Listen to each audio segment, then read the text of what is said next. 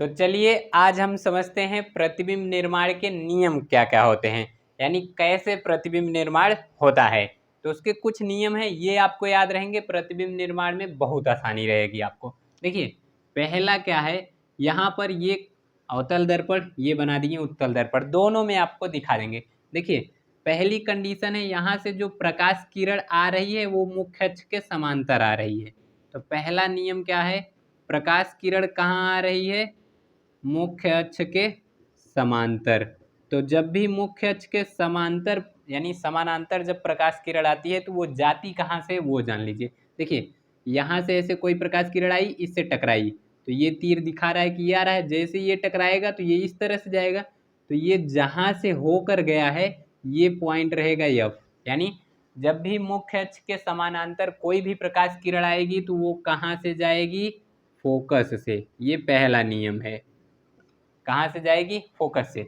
अच्छा ये तो अवतल के केस में था। उत्तल में यहाँ से ऐसे प्रकाश किरण आई, मुख्य अक्ष के समांतर है, और ये यहाँ से ऐसे चली गई।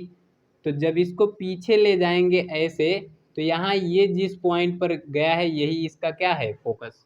ठीक, तो पहला नियम क्या है, जब भी कोई प्रकाश किरण लेंस ये दर्पण चाहे जो हो, तो जब भी कोई प्रकाश किरण मुख्य अक्ष के समानांतर आएगी तो वो कहाँ से जाएगी, फोकस से। दूसरा नियम समझते हैं, इसी का उल्टा कर दीजिए। पहला हो गया, दूसरा एकदम इसी का उल्टा कर दीजिए। यानी अगर फोकस से आए कोई भी प्रकाश किरण, कहाँ से आए, फोकस से, तो वो कहाँ जाएगी, तो वो मुख्य अक्ष के समानांतर जाएगी।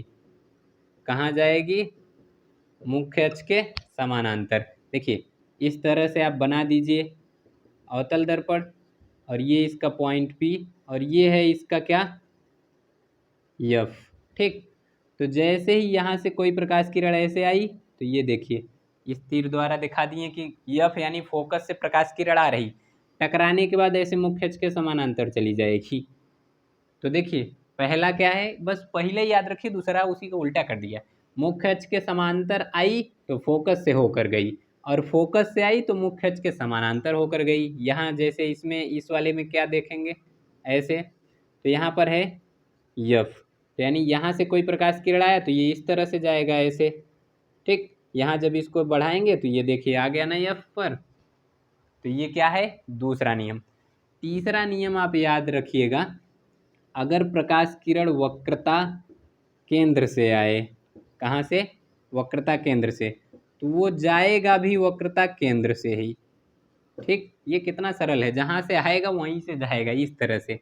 जैसे ये कोई दर्पण बना दिए, ठीक, और इसमें ये है इसका पॉइंट C। अब यहाँ से जब ऐसे कोई प्रकाश किरण आएगा इस तरह से, तो देखिए ये इधर से आ रहा है, यहाँ से टकराने के बाद इधर ही वापस उसी पर एकदम चला जाएगा। तो ये क्या है, वक्रता केंद्र से आया, गया कहाँ से, वक्रता केंद्र से ही। और यही अवतल में हम उत्तल में दिखाएं तो ये देखिए ये इसका हम पॉइंट C मान ले रहे हैं। तो ये ऐसे करके यहाँ से आया, ऐसे डॉट डॉट करके ले गए यहाँ, फिर यहीं से ये चला भी जाएगा। तो पहला नियम, समांतर आया मुख्य अक्ष के, फोकस से गया। दूसरा उसी को उल्टा कर दीजिए, फोकस से आया समांतर गया। तीसरा वक्रता केंद्र से आएगा तो वक्रता केंद्र से जाएगा। अब वैसे तो यही तीन ही होते हैं, एक को चौथा जान लीजिए। ये अगर इस तरह से आप बनाए हुए हैं कोई दर्पण, ठीक, ये बन गया, और यहाँ है मुख्य अक्ष। अब ये है इसका पॉइंट P। अगर यहाँ कोने यानी ध्रुव पर कोई प्रकाश किरण आई है तो ध्रुव पर जिस तरह से आएगी, देखिए ऐसे इधर से आई है तो ये जैसे आई है वैसे ही चली जाएगी। यानी अगर ध्रुव पर आएगी तो वैसे ही उधर से चली जाएगी। ठीक, तो ये अगर उत्तल में दिखाना चाहें तो इस तरह से, यहाँ पर ये पॉइंट P है, यहाँ से इस तरह से ऐसे आएगी तो इधर इधर से चली जाएगी। तो यही चार नियम याद रखिएगा आप। पहला क्या, मुख्य अक्ष के समांतर आया, फोकस गया। दूसरा उसी का उल्टा कर दीजिए, फोकस से आया तो मुख्य अक्ष के समांतर गया। तीसरा क्या है, वक्रता केंद्र से आया, वक्रता केंद्र से गया, काम खत्म। इधर यहाँ ध्रुव पर आया, ध्रुव पर गया, धड़ाक दे। ठीक, तो ये क्या था, प्रतिबिंब निर्माण के नियम। अगर ये नियम याद रहेंगे तो अगले क्लास में हम लोग समझेंगे प्रतिबिंब किस तरह से बनता है और वहाँ से बोर्ड में भी क्वेश्चन आते हैं। ठीक, तो आपको जिस भी टॉपिक में कोई दिक्कत, परेशानी, घबराहट, झंझनाहट हो, कमेंट करके बताइए, हम लोग उस पर वीडियो बना देंगे। तो आई होप ये सब आपको अच्छे से समझ में आया होगा। मिलते हैं अगले वीडियो में, तब तक के लिए जय हिंद।